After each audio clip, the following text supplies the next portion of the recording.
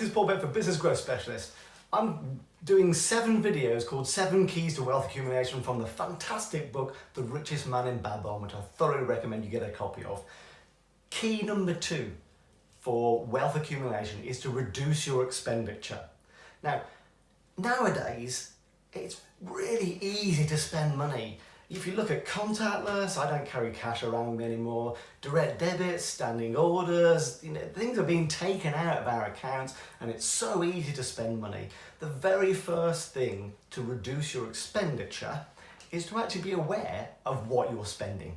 So nowadays we don't usually get, well, unless you're unusual, you don't usually get a printed bank statement coming through your door. And if you do, fantastic. But what I suggest you do is go online to your bank account and actually print out the last 3 months of your bank accounts and sit down and have a look at them in big detail and see if you can remember all the things you spent money on. I bet you won't be able to. It's a real challenge.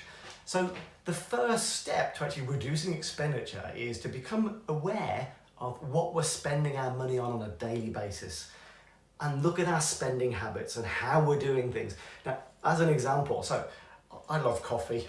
I live on the stuff. And I'm meeting up with people in like one of the major chains and I would buy them a coffee, we'd sit down, we'd have a chat, and I do this 3 or 4 times a day, and I realized I actually had to look at my expenditure for coffee alone.